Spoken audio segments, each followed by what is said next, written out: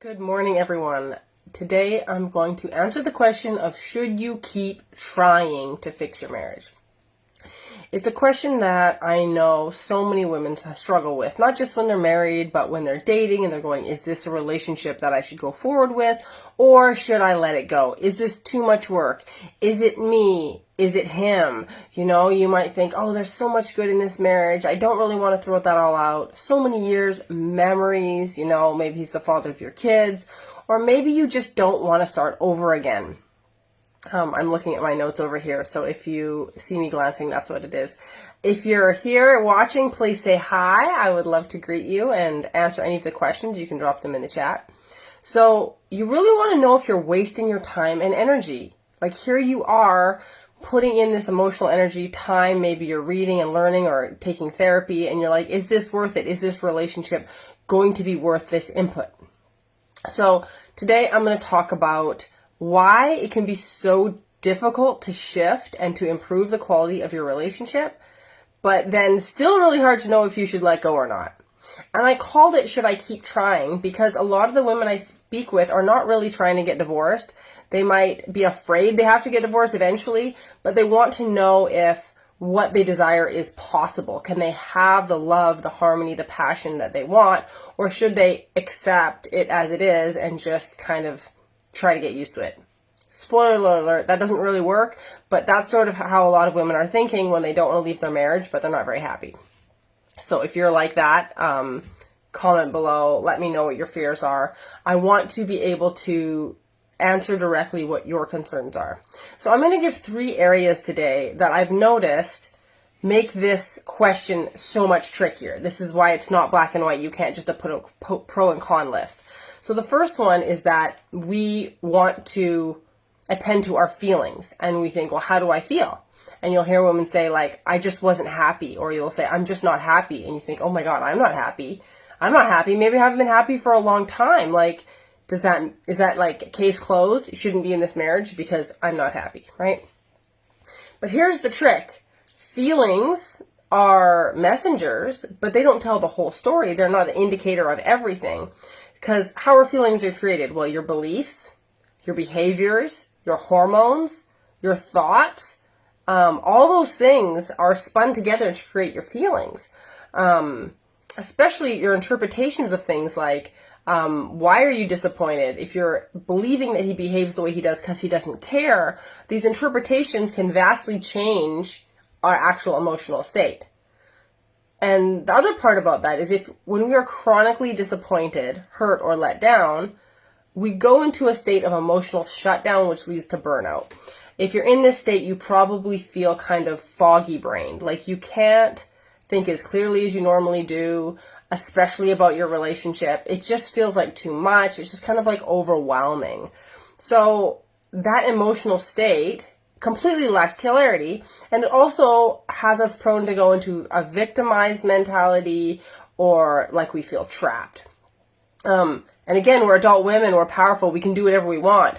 But when our feelings are hurt and when the emotional safety in our relationship is lacking, we often lose contact with our power and sovereignty and agency, and we feel like this person is treating me bad, this person is messing me up, and I can't stop them, but I don't want to leave, so now I'm just like, I'm stuck here, right? And then this is where a lot of women will focus on gratitude. And it's funny because I'm going to do a whole training on the gratitude trap. And what this is that gratitude is meant to help you have good emotions, see the best in things, train your brain to not be overly negative. But often women who are dissatisfied in their marriage will think that it is the panacea. Like if I'm just grateful, then I won't feel bad about these things that aren't working. And honestly, what you're doing is whitewashing. You're trying to trick yourself into not being unhappy with things that you're actually unhappy about. That's not what gratitude is for. So again, this is kind of like a rabbit trail we get stuck in. Like maybe I'm not grateful enough. And if I was more grateful, then everything would be okay. But mostly we're stuck in this, what about my feelings? Because we don't have the skills or knowledge necessary to do anything else, right? Because we do still love him. So in this feelings category, I say the main thing you need to have is choice. It's not about, do I like it? Am I happy? How do I feel? It's, am I going to choose this relationship? Am I going to choose to be married? And if I'm going to choose to be married, then I can go down the path of getting the skills and knowledge I need to then make it a great marriage. But if you don't have the skills or knowledge, you don't know what your marriage is capable of.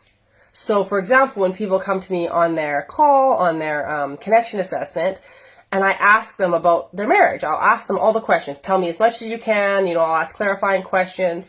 And invariably, the dynamic they're in right now is pretty emotionally intolerable. Like, they're not being treated well. They don't feel respected. They don't feel loved. They're not getting attention. Maybe there's lots of conflict. And so if you told someone like that who was not skilled, they'd say that relationship is unhealthy. You probably should not stay married. Or they would say marriage is hard work and you should tolerate it. But that's not your marriage. That is the current dynamic of your marriage. That is the way your marriage has devolved into like an unhealthy state. And what I do on that call is I help them figure out, are these easy to fix problems or hard to fix problems? More on that later. Okay, so the first step is, are you going to choose this relationship? If you're going to choose it, then you go to step 2, which is desire versus skill. Desire is like, well, do I want him? Do I feel passionate about him? Do I even want to be near him? Do I want to talk to him? And you think like, no, like his presence triggers me. Like, I want to be far away.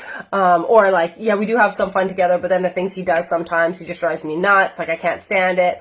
And so the desire is not there. You're like, this makes me crazy. How am I supposed to stay married to this person when I don't feel a desire for them? I don't really want it in a sense, right?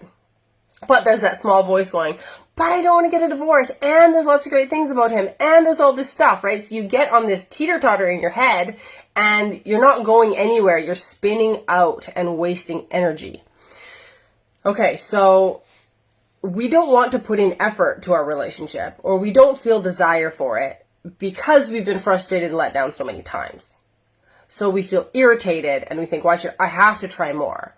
And this is like a healthy survival strategy. Your brain is like, you did that before, wasting your energy, don't do it again, it's not going to work. Our brains are conservative, right? They don't want us to waste energy. We wouldn't have evolved to where we are if we all did a whole bunch of things that wasted our energy, right? We have to be efficient and do the things that work, or else we're going to die.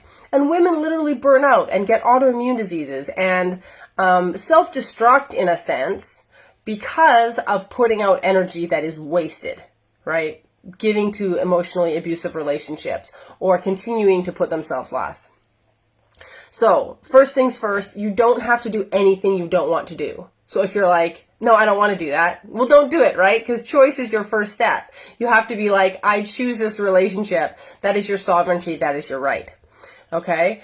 But if you do choose the relationship, but you're like, I still am not feeling that motivated to like do the stuff and I feel kind of like resistant to all of it, that's usually because you don't have the skills you need to be successful.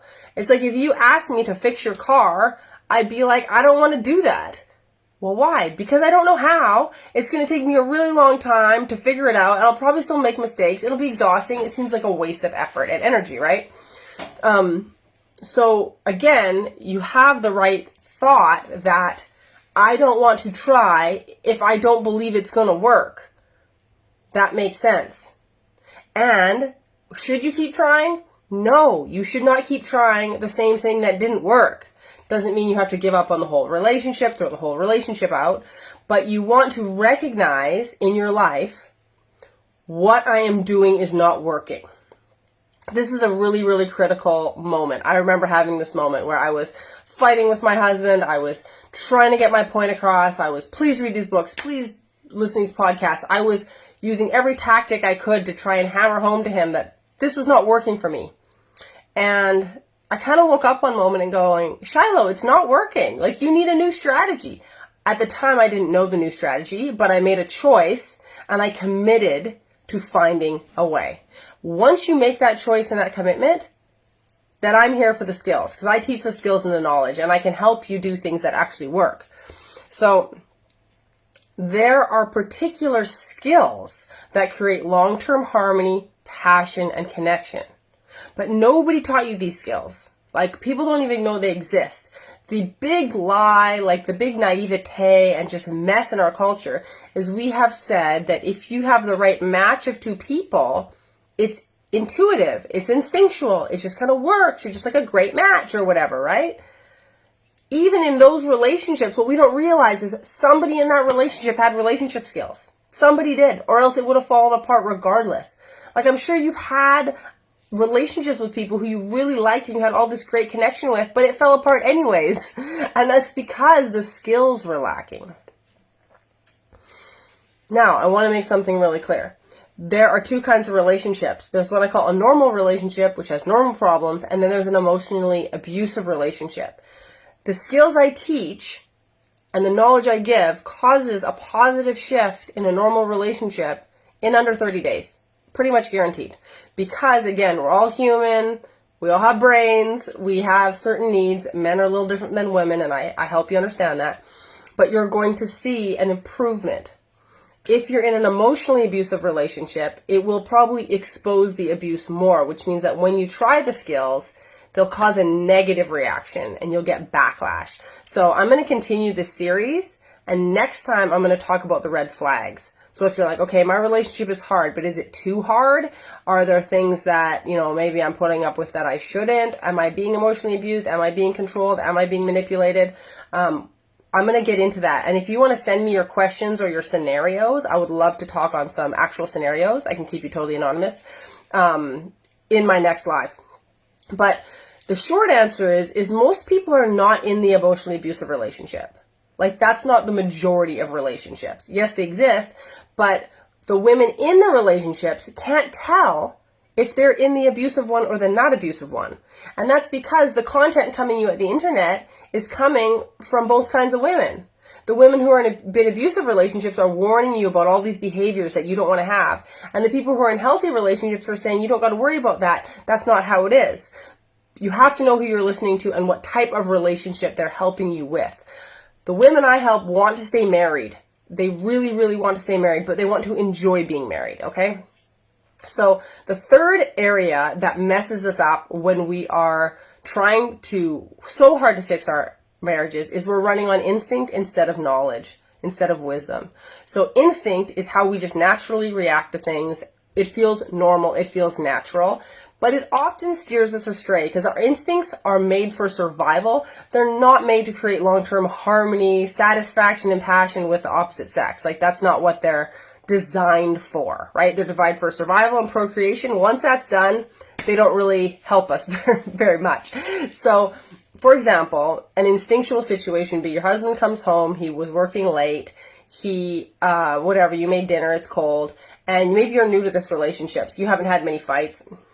And you're mad. You're disappointed. How come you came home late? We had plans, right? And he's like, well, I had to work, right? And you are instinctually thinking this is because he doesn't prioritize me. He doesn't care about me. He's not respecting my time, right? That's what you're thinking. Instinctually, you're taking it personally. So you're reacting in more hostile ways. He's thinking, the reason I stay at work late is to care for you better because I want to make more money, because I want to provide better. My care for you is evidenced by my staying late, right? Like, his interpretation of it is the opposite of yours. So now he feels attacked. Why is she getting mad at me for working hard? And this is the end of the honeymoon. We start acting on our instincts and hurting each other's feelings, and it all falls apart.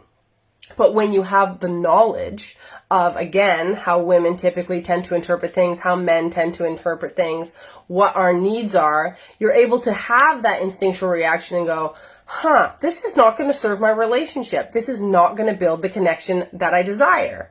And you're going to be able to go into your wisdom and your knowledge and go, how can I diffuse the situation? How can I speak from my heart? How can I not go into the protesting behaviors of a child that I instinctually do because I'm feeling threatened and I'm feeling scared?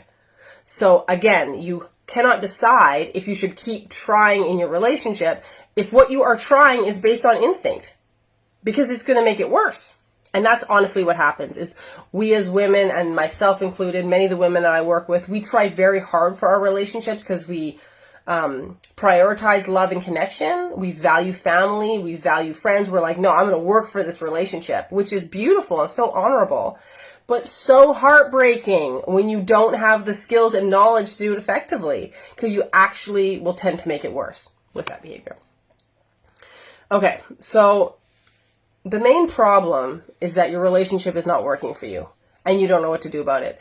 The bigger problem is that you have no idea what the skills and knowledge and behaviors are necessary to create the long-term passion, connection, friendship that you really, really want out of your marriage.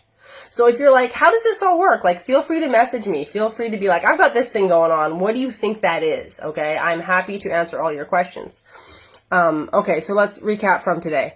The first mistake we make is thinking our feelings will let us know if we should try or not. Our feelings will let us know if we should stay or go, when our feelings are not enough information to get us where we want to go. They're just one piece of the puzzle. They're very important, and if you're very sad and frustrated, that matters a lot.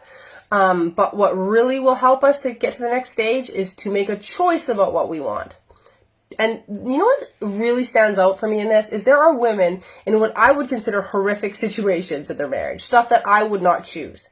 But they choose it and then they transform it because the power of their choice is so strong. Okay? So that's something that nobody else can do for you. You have to choose first. The second is looking at desire and saying, well, do I want it? Do I want him? Do I feel passionate? Do I feel chemistry? Do I want to work on it? But like, you don't have the skill. So of course you don't want to, because it never works when you do it. So if you feel like, I don't even want to try anymore, I'm so frustrated, that makes sense, because the things you've been trying have been ineffective. Again, until you have the skill, you can't really make a sound judgment on your marriage.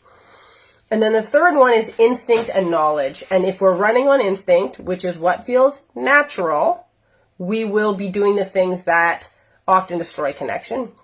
And we need to gain the knowledge about what true relationship harmony is built on before we try harder, because you will be digging the hole deeper by trying based on instinct. I hope this is all landing for you, because I really wanted to pull apart the pieces of why it's so difficult to make choices about marriage. It's so difficult to decide, should I stay? Should I go? Should I try harder? Should I give up and accept? It's because all these conflating factors are in front of you, okay? They're clouding your vision.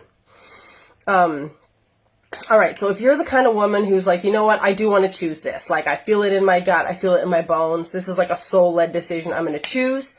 And you want to know what are the skills and knowledge I'm lacking, I invite you to book your free connection assessment with me. This is where I sit with you for an hour and I gather your whole story up and I pull all these pieces apart for you. I bring you clarity and precision about where your blind spots are and what you need to do. And I will also let you know which problems are the easy to fix problems and which ones are the very hard to fix problems. And this is something you cannot see from the inside, because when a relationship is breaking down, they're all hard to fix problems for you, right? They all feel impossible. But from my perspective, there's a strong distinction between the two. And like I said, in my next live, that's what I'm going to talk about. So if you really want to know, like, what are those really hard to fix problems? What are the things that I want to look out for as a more challenging relationship, perhaps tendencies towards emotional abuse and control? Please come to that, because it's, again, when you're frustrated and trapped in your relationship, everything feels like control and abuse. Everything feels like too much, right? But there are behaviors that are much easier to shift and ones that are very, very difficult to shift. And I can give you that clarity. And I will, like I said, in the next live. So please comment below if you want me to remind you about that live. Just put red flag down there and message me personally if you have any questions. I understand that these are very tender topics. You might not want to share them publicly on the wall. If you do, I love that. But if you don't, message me and don't feel shy to do so, because when you tell me your stories and you tell me your concerns, I'm able to make videos and trainings that really, really, really support you, which is my goal. So that's all I've got for today. Thank you so much for your presence and your open heart. I can't wait to hear from you. Talk soon. Bye-bye.